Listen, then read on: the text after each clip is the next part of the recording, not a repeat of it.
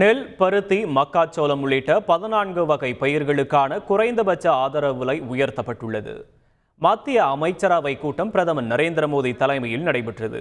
இதில் 14 வகை காரிஃப் பருவ பயிர்களுக்கான குறைந்தபட்ச ஆதார விலையை நிர்ணயித்து மத்திய அமைச்சரவை ஒப்புதல் வழங்கியுள்ளது. இதன்படி நெல், பருத்தி, மக்காச்சோளம், துவரம்பருப்பு, பாசிப்பருப்பு, ராகி, உளுந்து உள்ளிட்ட பருப்பு வகைகளுக்கும், நிலக்கடலை, எள், சோயாபீன் உள்ளிட்ட எண்ணெய் வித்துகளுக்கும் குறைந்தபட்ச ஆதார விலையை மத்திய அரசு நிர்ணயித்துள்ளது. நெல்லுக்கான குறைந்தபட்ச ஆதார விலை குவிண்டால் ஒன்றுக்கு 117 ரூபாய் உயர்த்தப்பட்டுள்ளது. இதன் மூலம் சாதாரண வகை நெல் குவிண்டாலுக்கு 2183 ரூபாயிலிருந்து 2300 ரூபாயாகவும், கிரேட் ஏ வகை நெல் குவிண்டாலுக்கு 2203 2320 ரூபாயாகவும் உயர்த்தப்பட்டுள்ளது.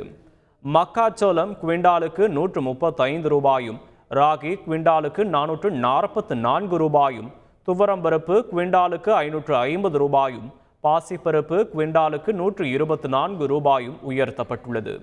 உளுந்து 450 ரூபாயும், நிலக்கடலை 406 ரூபாயும், எள் 632 ரூபாயும் உயர்த்தப்பட்டுள்ளது. பருத்திக்கான குறைந்தபட்ச ஆதார விலை குவிண்டாலுக்கு 501 ரூபாய் உயர்த்தப்பட்டு 7121 அதிகரிக்கப்பட்டுள்ளது. செய்திகளை உடனுக்குடன் தெரிந்து கொள்ள உடனே சப்ஸ்கிரைப் பண்ணுங்க.